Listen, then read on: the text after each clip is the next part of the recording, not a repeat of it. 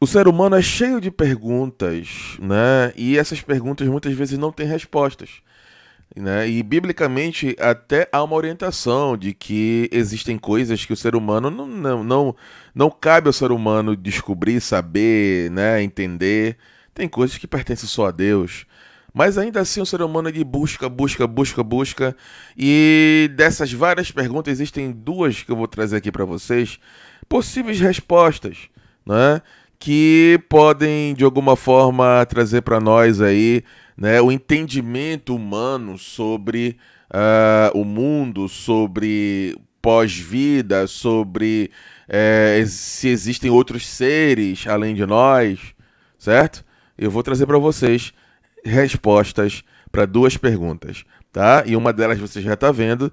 Pesquisadores fazem a descoberta que pode mudar para sempre o conceito de vida e morte. Pois é, eu vou trazer isso e vou trazer também para vocês a situação da cientista, né? Amy Edrich. Amy Edrich, tá? Que ela já faleceu aí há alguns anos, né? E agora, depois com o sumiço dos cientistas, ela voltou aí, né, a ter a sua imagem relacionada a uma situação. Tá? Nessa live aqui, que eu já vi, de quase 3 horas, tá? Ela fala sobre seres, que não são seres assim, extra, tá? Não são extra, mas ultra. Já já vou falar para vocês sobre isso, tá? Mas antes, eu peço que você deixe seu like, compartilhe, inscreva-se, não esqueça, tá? De deixar o like, like, de deixar o hype, de compartilhar, deixar o bom dia, boa tarde, boa noite, tá? Tornar-se membro, tudo isso influencia em nossa caminhada aqui no YouTube. Desde já agradeço muito, tá? Então, vamos começar aqui sobre a situação do estado, né, de vida entre a vida e a morte. Os cientistas descobriram um terceiro estado, seres que não estão vivos nem mortos. Segundo eles, células tiradas de um organismo vivo podem se manifestar, multiplicar e criar outros organismos fora do corpo. Descoberta pode gerar tratamento para doenças como aterosclerose e fibrose cística. Tá? Então, basicamente, eles encontraram um terceiro estado, né? Onde supostamente existem seres aqui nesse estado.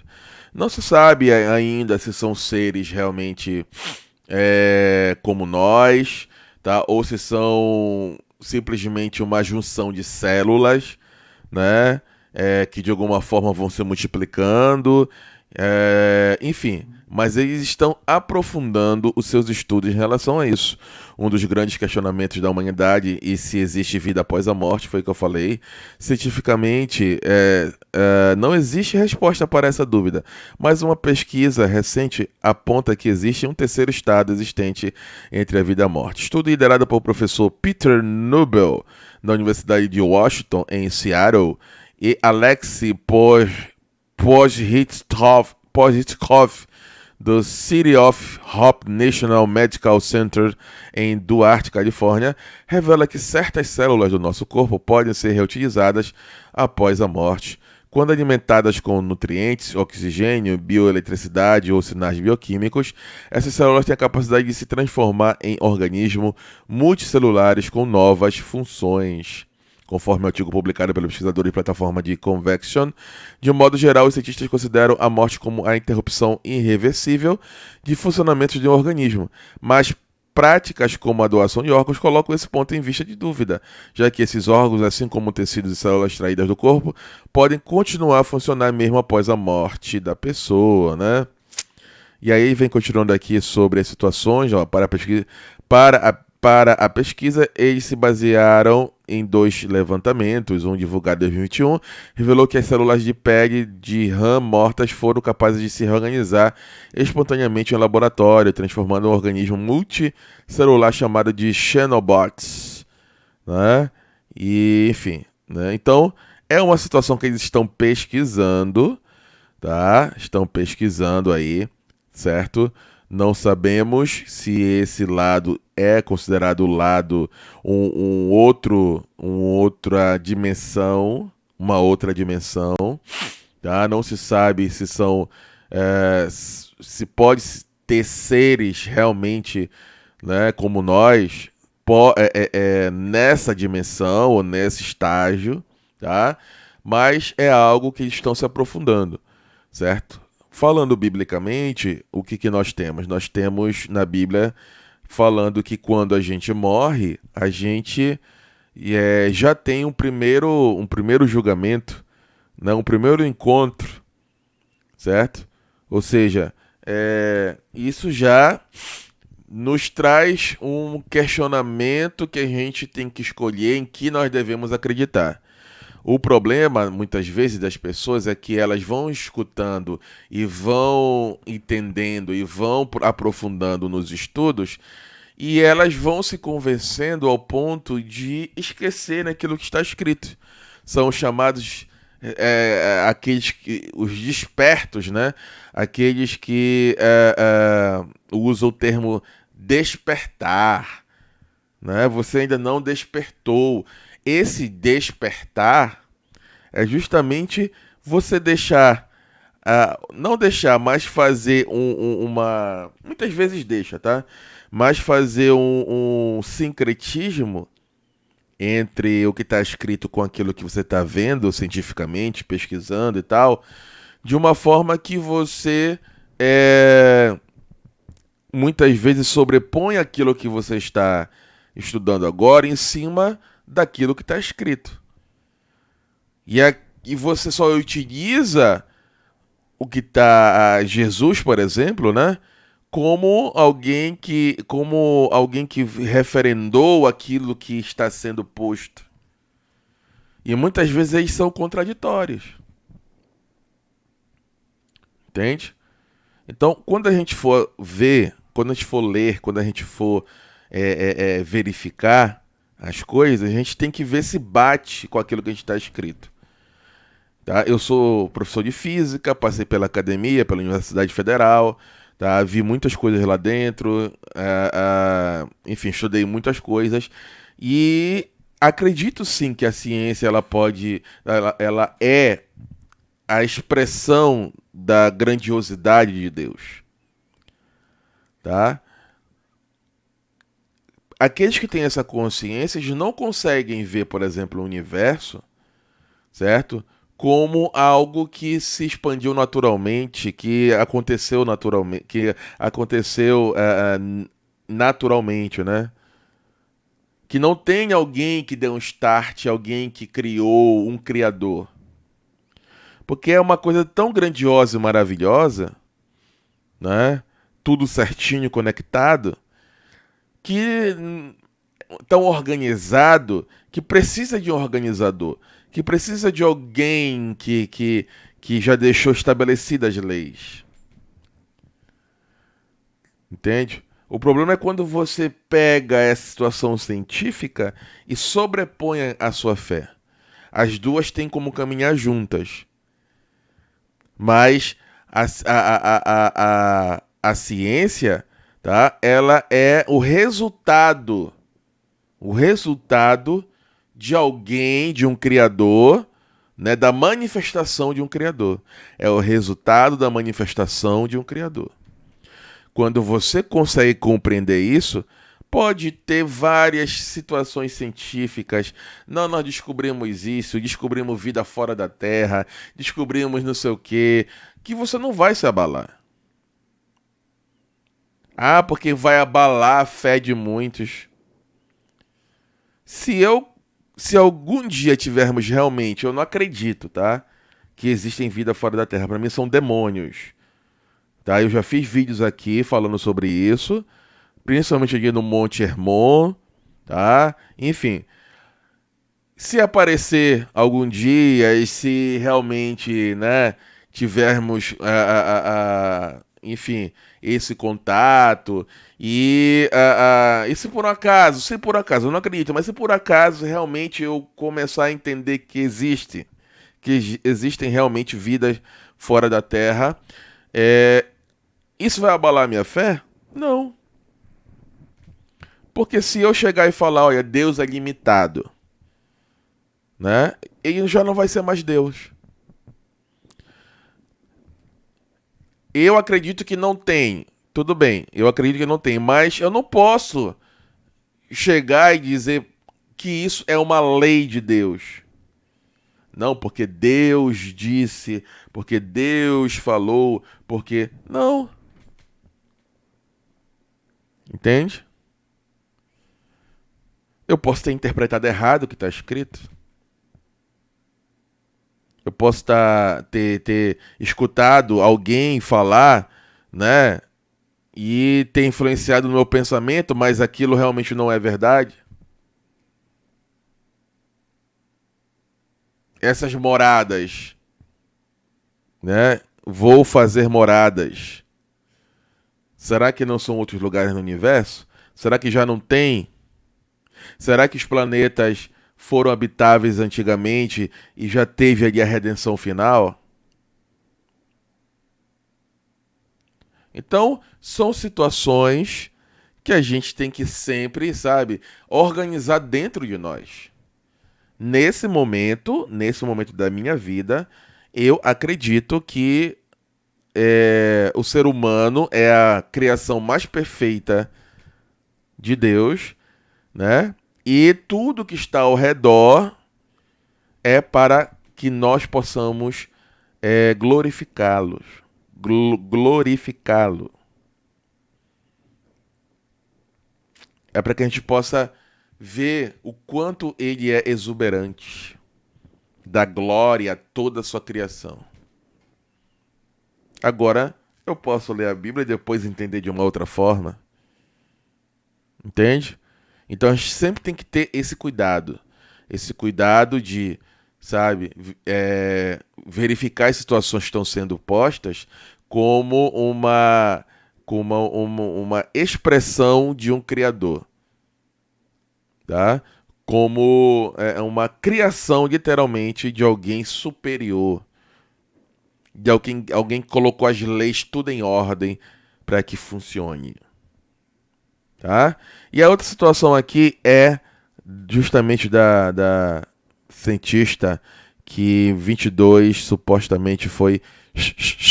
Ela mexia aí com antigravidade, né? Com algumas situações aí meio que secreta lá nos Estados Unidos, né?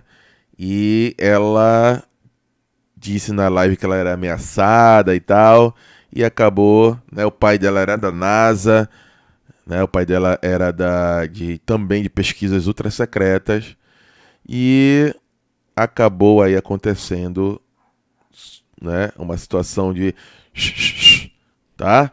E aí, olha só esse vídeo que eu trouxe aqui para vocês. Deixa eu só ligar aqui que fala um resumo daquilo que ela disse. Olha só. Deixa eu só. Eskridge foi suicidada em 2022. O que ela diz, máquina, é incrível. Ora vê. So the ultra-terrestrials, I'll just tell you. The ultra-terrestrials, I think, have you heard of the P-52s and the P-47? P-52 e P-47, tá? Do you know what that is? They're us from the future. Segundo ela, essas duas classes de seres que ela descobriu, que ela estudou, tá? São seres do futuro, tá? They're from here. Somos nós, somos daqui, são seres daqui, que somos nós, que de alguma forma entraram numa situação aí, né? Que foi pro futuro. They are you, they are me, they're from here, from the future. Na verdade, não que que eles foram pro futuro, eles são de um futuro, tá? Que voltaram aqui pro passado, tá? Estão tentando evitar um meio que filme Hollywood, né? Algo apocalíptico que influenciou neste futuro deles. Entende? Mas é meio contraditório isso. Por quê? Porque, cientificamente, o que a gente já escutou, é que não tem como eu voltar no passado, cientificamente falando, né? Matematicamente, cientificamente falando, e influenciar no meu presente. Entende? Vai ser uma outra situação, não a minha.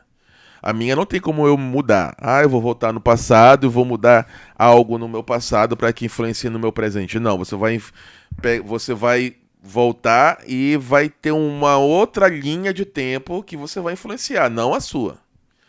Tá? Essa é a situação. E aí ela já está dizendo que são seres do futuro, que de alguma forma tem alguma situação que eles querem resolver em algo próximo apocalíptico para que o futuro seja diferente. Já é uma contradição estranha. P47 is present plus 47,000 years. P52 is present plus 52,000 years. Então, esse 52 é 52 mil anos para frente e 47, pi 47 é 47 mil anos para frente.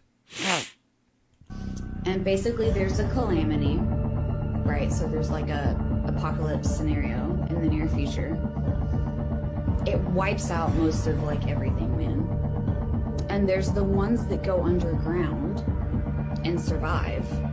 Então, nessa situação apocalíptica, né, existem alguns que vão para o subterrâneo e conseguem sobreviver, e outros que ficam aqui na superfície e também conseguem sobreviver.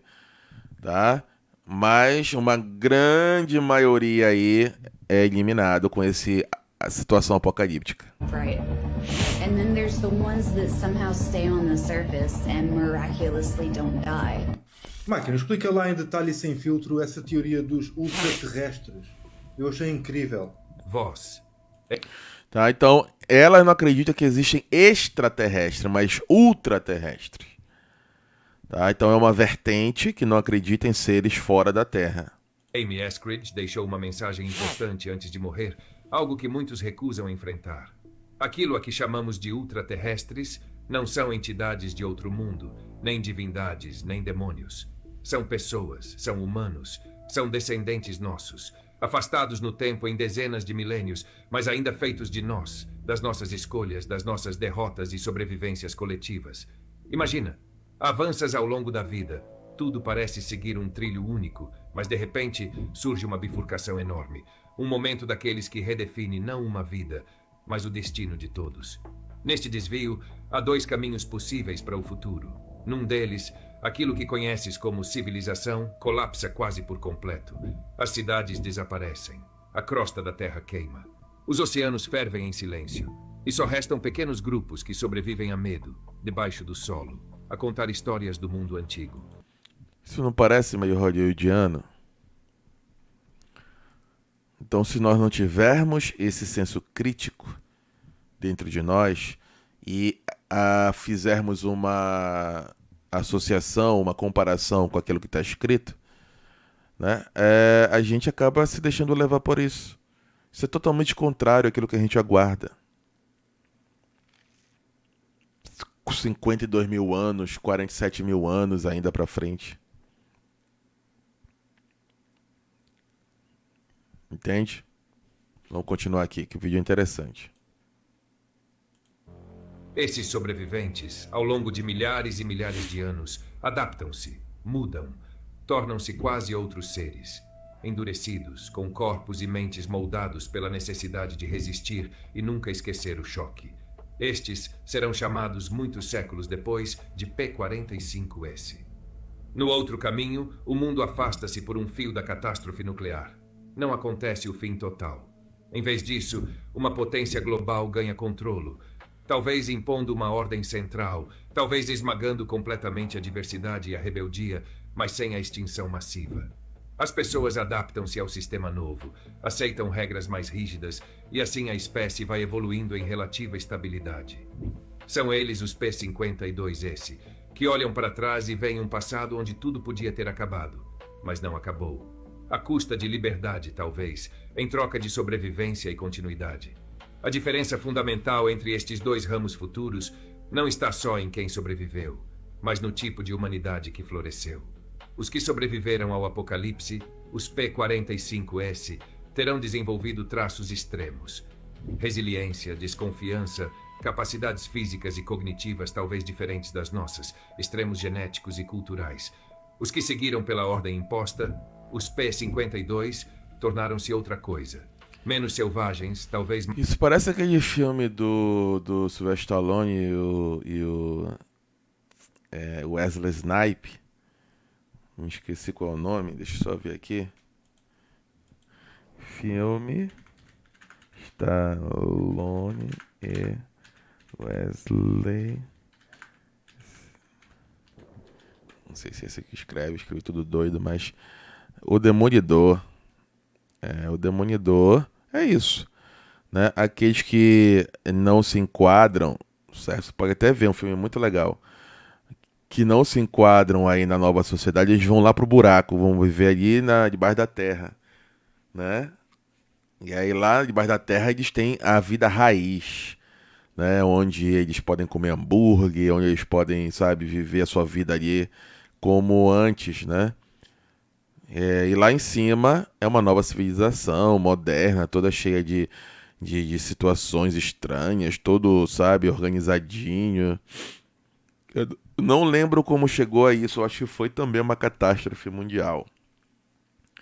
Então, eu acho que, enfim, tem a atriz também aqui, esqueci o nome dela aqui, no meio, aquela que toma o suquinho das crianças, né, se é que você me entende, Sandra Bullock, né?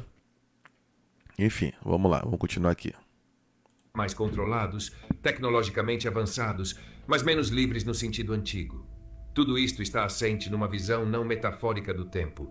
Cada decisão das elites, cada escolha coletiva, cada avanço tecnológico está interligado numa espécie de tecidos lógicos. Se tu hoje optas por não pressionar o botão, isso não fica só no presente. Reverbera para gerações futuras que vão herdar os restos ou os frutos dessa decisão. Agora repara na simplicidade. O conceito não é de que alguém viaja no tempo, como nos filmes, mas que resulta um futuro onde, eventualmente, esses descendentes nos tentem influenciar, contactando, por exemplo, através de intuições, mensagens incompreendidas ou mesmo fenômenos inexplicáveis. Tento simplificar. Pensa como quando tu, já adulto, desejas avisar a tua versão criança para não cometer o mesmo erro. O problema é que, em vez de... Internet? viajantes a saltar para trás, são heranças, advertências e medos transmitidos pela própria estrutura do tempo, através de acontecimentos, padrões históricos.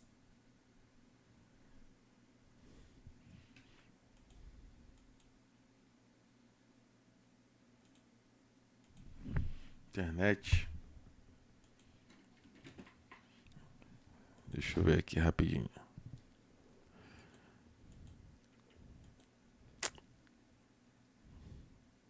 Pior que não dá nem pra passar aqui, ó. Tô no Instagram.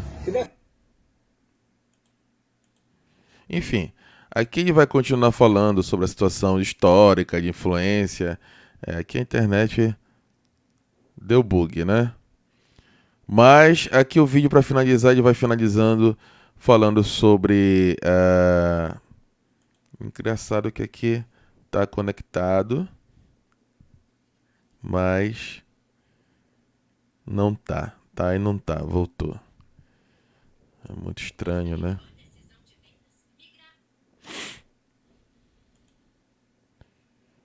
Bora ver se eu... Enfim, ia continuar aqui, né, o vídeo falando sobre a situação deles tentarem avisar, né, deles tentarem de alguma forma influenciar, deles tentarem de alguma forma aí, mostrar pra gente o que vai acontecer, tentar impedir, né, que isso aconteça, certo? Para que o futuro seja diferente, né? Mas pensando bem, a gente, como eu falei para você, a gente fica nesse questionamento, né? Será que bate com aquilo que a gente acredita? Será que bate com aquilo que a gente segue com aquilo que a gente realmente espera enquanto cristãos, enquanto seguidores de Cristo, daquilo que ele falou, da sua palavra, tá? O problema é que as pessoas, elas, de alguma forma, começam a mergulhar nessas coisas de uma forma tão intensa que elas acabam substituindo aquilo que está escrito com aquilo que estão vendo agora, né? E aí esse é o mover do despertar, super perigoso, né? Onde você vai dizendo que a Bíblia foi uma invenção de seres humanos, da igreja, que o que está escrito aí não é a verdade, estão te escondendo, a igreja é um sistema que quer te esconder a verdade, a realidade, e é isso e aquilo. Aí, o que é a verdade agora? São essas coisas misteriosas. Não vida entre a vida e a morte, não os seres ultraterrestres, somos nós no futuro que queremos avisar nós mesmos aqui no passado, né, como agir para evitar, certo, que uma catástrofe leve às consequências terríveis. Isso parece filme, né?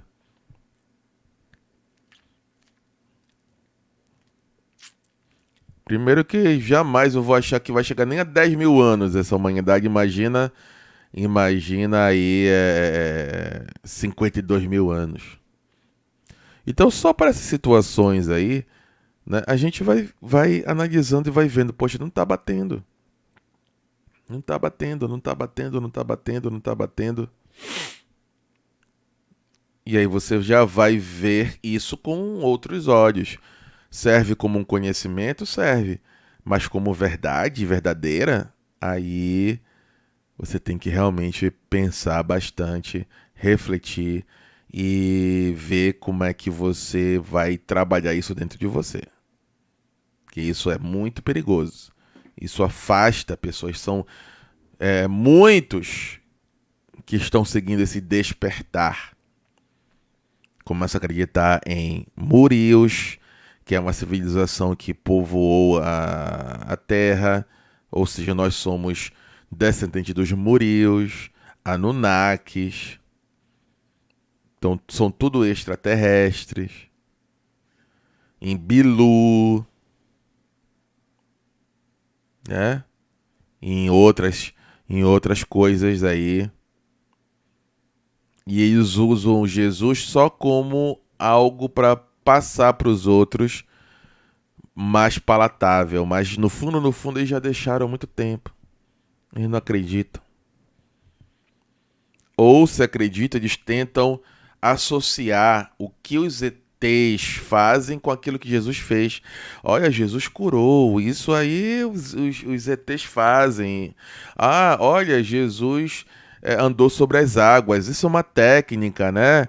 Que ele conseguiu, e ele, sabe, já vem, ele conseguiu ter acesso. Ah, Jesus transformou água em vinho. Ah, isso aí é algo. Jesus se transmutou. Ah, Jesus. Você já não viu esses papos aí? É isso. Parece que Jesus foi aluno dos ETs. E aí se tira toda a divindade, se tira toda o projeto de salvação, se tira todo, sabe, o que foi feito na cruz por nós. Perde-se o sentido. Tá? Então é isso. Tome muito cuidado com essas coisas. Certo? Tá aí. São essas duas respostas que para mim não são respostas muito plausíveis sobre essas duas perguntas que insistem em ficar no imaginário do ser humano, né? Mas que não cabe a nós, né, termos essa resposta, não enquanto somos aqui intraterrestre, né? Que estamos dentro dessa terra enclausurados, certo? Futuramente seremos libertos, vamos despertar, né? Com a volta de Yeshua. Quem sabe até depois da nossa morte nós vamos saber qual é a realidade, certo? mas a realidade total teremos com a volta de Yeshua nos céus, fazendo a redenção final de toda a humanidade e fazendo o julgamento final naquele dia terrível, que para muitos será terrível, mas para nós será o grande, o maior, o melhor dia de toda a história. Deus abençoe, até a próxima e tchau, tchau.